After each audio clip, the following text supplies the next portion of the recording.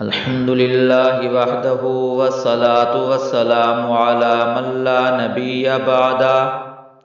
محترم سامعین کرام، آج ہم آپ حضرات کے سامنے نماز کی دوسری شرط تطہیر ثیاب، تیسری شرط تطہیر مکان اور چوتھی شرط ستر عورت اور اس سے متعلقہ مسائل کے حوالے سے مدلل گفتگو کریں گے۔ نماز کی دوسری شرط ہے تطہیر ثیاب، یعنی نمازی کے کپڑوں کا بھی نجاست سے پاک ہونا ضروری ہے۔ اس کی دلیل یہ ہے کہ سورہ مدثر پارہ نمبر 29 آیت نمبر 4 میں اللہ تبارک و تعالی ارشاد فرماتے ہیں وَثِيَابَكَ فَطَهِّرْ، اپنے لباس اور کپڑوں کو پاک کرو۔ یہاں دو باتیں اور سمجھ لیں کہ کپڑوں کے پاک رکھنے کا حکم ہے۔ اگر کسی کی جیب میں کوئی ناپاک چیز موجود ہے، کوئی خون کی یا پیشاب کی یا کوئی اور ناپاک چیز موجود ہے تو اس سے بھی نماز نہیں ہوگی۔ اسی طرح دوسرا مسئلہ یہ بھی ذہن میں رکھیں کہ سگریٹ، تمباکو، نسوار کا پاس ہونا یہ بھی مکروہ ہے، کیونکہ یہ بدبودار چیزیں ہیں۔ کئی چیزیں جو غذا کے قبیل سے ہیں ان کا کھانا حلال ہے، جائز ہے، جس طرح لہسن ہو گیا، پیاز ہو گیا، ان کو کھا کر مسجد میں جانا جائز نہیں ہے۔ تو یہ تو ویسے ہی فضول چیزیں ہیں، سگریٹ، تمباکو وغیرہ، تو ان کا پاس ہونا یہ نمازی کے لیے مکروہ ہے۔ تیسری شرط تطہیر مکان، یعنی جہاں نمازی نماز پڑھ رہا ہے اس جگہ کا بھی پاک ہونا ضروری ہے۔ دلیل یہ ہے کہ سورہ بقرہ پارہ نمبر 1 آیت نمبر 125 میں اللہ رب العزت ارشاد فرماتے ہیں وَعَهِدْنَا إِلَىٰ إِبْرَاهِيمَ وَإِسْمَاعِيلَ أَن طَهِّرَا بَيْتِيَ لِلطَّائِفِينَ وَالْعَاكِفِينَ وَالرُّكَّعِ السُّجُودِ، اور ہم نے حکم دیا ابراہیم اور اسماعیل علیہ السلام کو کہ تم دونوں میرے گھر کو پاک صاف رکھو طواف کرنے والوں، اعتکاف بیٹھنے والوں اور رکوع اور سجود یعنی نماز پڑھنے والوں کے لیے۔ اسی طرح ابو داود صفحہ 66 جلد نمبر 1، ترمذی صفحہ نمبر 110، ابن ماجہ صفحہ نمبر 55 پر حدیث موجود ہے عن عائشہ رضی اللہ عنہا قالت امر رسول اللہ صلی اللہ علیہ وسلم ببناء المساجد فی الدور وان ينظف وان يطیب، کہ شان والے نبی کریم صلی اللہ تعالی علیہ وسلم نے حکم دیا کہ گھروں میں نماز کے لیے جگہ بناؤ اور ان کو پاک صاف رکھو۔ تو بہرحال نماز کے لیے ہر قسم کا پاک مصلی استعمال کرنا جائز ہے، اور شان والے نبی کریم صلی اللہ تعالی علیہ وسلم نے خالی زمین پر، بوریے پر، دباغت دار چمڑے پر اور کھجور وغیرہ کے پتوں سے بنی ہوئی چٹائی پر نماز پڑھی ہے، جیسا کہ ترمذی، ابو داود، مسلم وغیرہ کی مختلف روایتوں میں یہ بات موجود ہے۔ ایک اور مسئلہ ذہن میں بٹھا لیں کہ نماز کی جگہ تو پاک ہے، لیکن اگر آس پاس کی جگہ ناپاک اور بدبودار ہے تو ایسی جگہ میں نماز پڑھنی مکروہ ہے۔ نماز کی چوتھی شرط ہے ستر عورت، ستر چھپانا۔ ستر چھپانا بھی فرض اور ضروری ہے۔ اس کی دلیل سورہ اعراف آیت نمبر 31 پارہ نمبر 8 میں اللہ تبارک و تعالی ارشاد فرماتے ہیں یا بنی آدم خذوا زینتکم عند کل مسجد، کہ اے بنی آدم زینت اختیار کرو ہر نماز کے وقت۔ اسی طرح ابو داود صفحہ نمبر 94 جلد نمبر 1، ترمذی شریف صفحہ نمبر 81 پر حدیث موجود ہے عن عائشہ رضی اللہ عنہا قالت قال رسول اللہ صلی اللہ علیہ وسلم لا يقبل صلاة حائض الا بخمار۔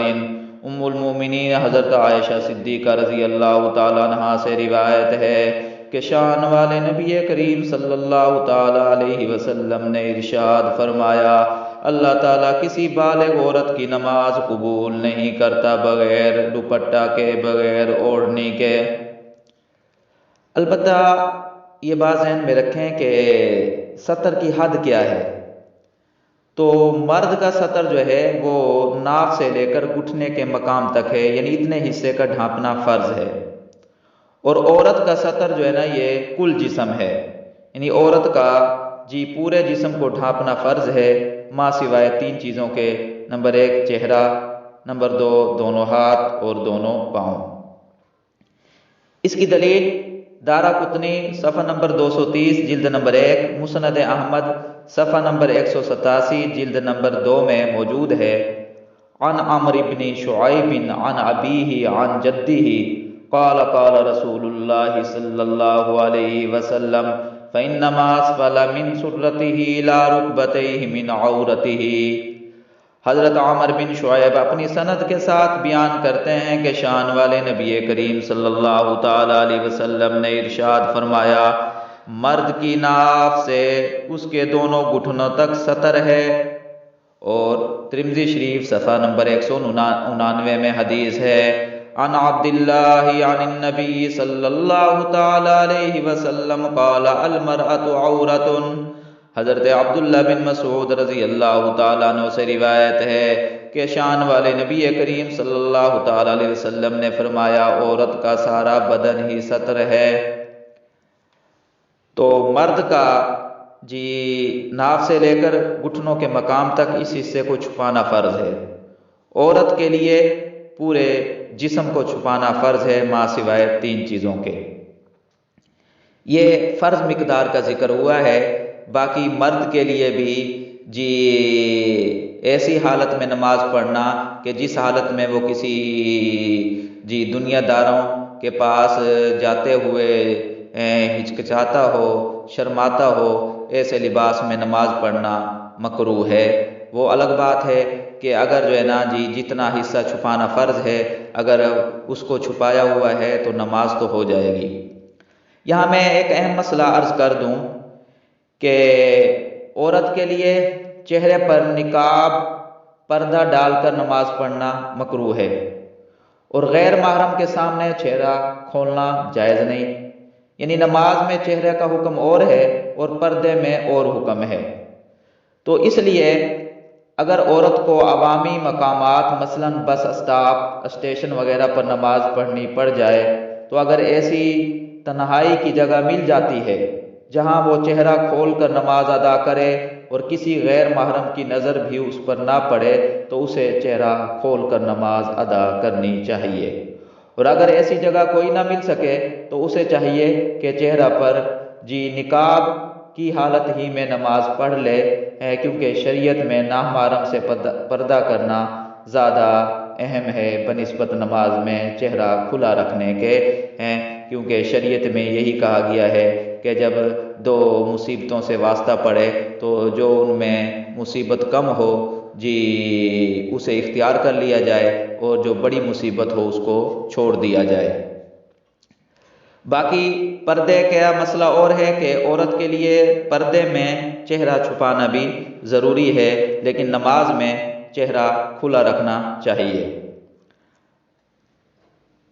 اسی طرح مرد اور عورت کے اعضائے سطر میں سے کسی عضو کا چوتھا حصہ اگر 3 تسبیح کی مقدار یعنی 3 بار سبحان اللہ سبحان اللہ سبحان اللہ کہنے کی مقدار تک کھلا رہ جائے تو نماز باطل ہو جائے گی۔ ہاں کھلا اور فوراً اس کو ڈھانپ لیا تو پھر کوئی حرج نہیں، پھر نماز ہو جائے گی۔ مثال کے طور پر چوتھائی پنڈلی یا چوتھائی ران یا چوتھائی بازو کھل گیا، یا جیسے کان کا چوتھائی حصہ یا سر کا چوتھائی حصہ یا نیچے لٹکے ہوئے جو بال ہیں ان کا چوتھائی حصہ، ٹھیک ہے یا پیٹ کا چوتھائی حصہ یا پیٹھ کا چوتھائی حصہ یا گردن کا چوتھائی حصہ یا سینے کا چوتھائی حصہ 3 مرتبہ سبحان اللہ کہنے کی مقدار نماز میں کھل گیا تو اس سے نماز باطل ہو جائے گی، اور اگر کھلا فوراً ڈھانپ لیا پھر نماز ہو جائے گی۔ اسی طرح مرد کو جتنا حصہ چھپانا نماز میں فرض ہے، اگر وہ 3 مرتبہ سبحان اللہ کہنے کی مقدار کھل گیا تو اس سے نماز باطل ہو جائے گی۔ ہاں کھلا فوراً چھپا لیا تو پھر نماز ہو جائے گی، اس سے کوئی فرق نہیں پڑے گا۔ اور اسی کی مناسبت سے ایک مسئلہ یہ بھی ذہن میں رکھیں کہ اگر عورت نے ایسا باریک کپڑا پہنا ہوا ہے جس سے بدن یا بالوں کا رنگ جھلکتا ہوا نظر آئے تو عورت کی نماز نہیں ہوگی۔ دلیل یہ ہے کہ بہقی صفحہ نمبر 235 جلد نمبر 2 میں حدیث موجود ہے، عن عائشہ رضی اللہ عنہا انہا سئلت عن الخمار فقالت انما الخمار ما وار البشرۃ والشعر۔ المومنین حضرت عائشہ صدیقہ رضی اللہ تعالیٰ عنہا سے اوڑھنی کے بارے میں پوچھا گیا تو انہوں نے کہا اوڑھنی وہ ہے جو جسم کی کھال اور بالوں کو چھپا لے۔ تو جی پردہ وہی ہوتا ہے، لباس وہی ہوتا ہے جس سے جسم اور بال چھپ جائیں، اور اگر جسم اور بال نظر آ رہے ہیں تو وہ پردہ نہیں ہے۔ اسی طرح ایک اور مسئلہ، جی ننگے سر نماز پڑھنا جی یہ مکروہ تنزیہی ہے۔ ادب کا تقاضا یہی ہے جی کہ سر ڈھانپ کر نماز پڑھنی چاہیے۔ ہاں اگر کوئی مجبوری ہے، کسی کے پاس جو ہے نا جی نماز کے وقت رومال، ٹوپی یا پگڑی وغیرہ دستیاب نہیں ہے تو نماز ہو جائے گی جی، لیکن یہ ہے کہ بلا ٹوپی لیے، بلا رومال لیے، بلا پگڑی لیے نماز پڑھنا یہ مکروہ تنزیہی ہے۔ ایک اور مسئلہ ذہن نشین فرما لیں کہ بغیر امامہ کے صرف ٹوپی یا رومال وغیرہ میں نماز پڑھنی مکروہ نہیں ہے، اگرچہ پگڑی باندھ کر نماز پڑھنا یہ زیادہ اچھا ہے، زیادہ بہتر ہے۔ جی حضرت ابن عمر رضی اللہ تعالیٰ عنہ سے روایت ہے، عن ابن عمر رضی اللہ عنہما قال کان یلبس کلنسوۃ بیضاء۔ جی حضرت ابن عمر رضی اللہ تعالیٰ عنہ سے روایت ہے کہ شان والے نبی کریم صلی اللہ تعالیٰ علیہ وسلم سفید ٹوپی پہنتے تھے۔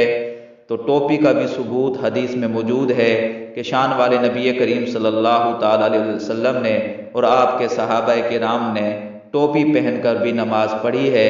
البتہ پگڑی ہو تو زیادہ اچھا ہے، مستحب ہے، لیکن ٹوپی کے ساتھ نماز پڑھنا مکروہ بھی نہیں ہے۔ ٹھیک ہے جی، تو پگڑی ہو تو سبحان اللہ، لیکن یہ ہے کہ ٹوپی کے ساتھ بھی جائز ہے۔ تو اللہ تعالیٰ سے دعا ہے کہ اللہ تعالیٰ ہمیں عمل کرنے کی توفیق عطا فرمائے۔ وما علینا الا البلاغ المبین۔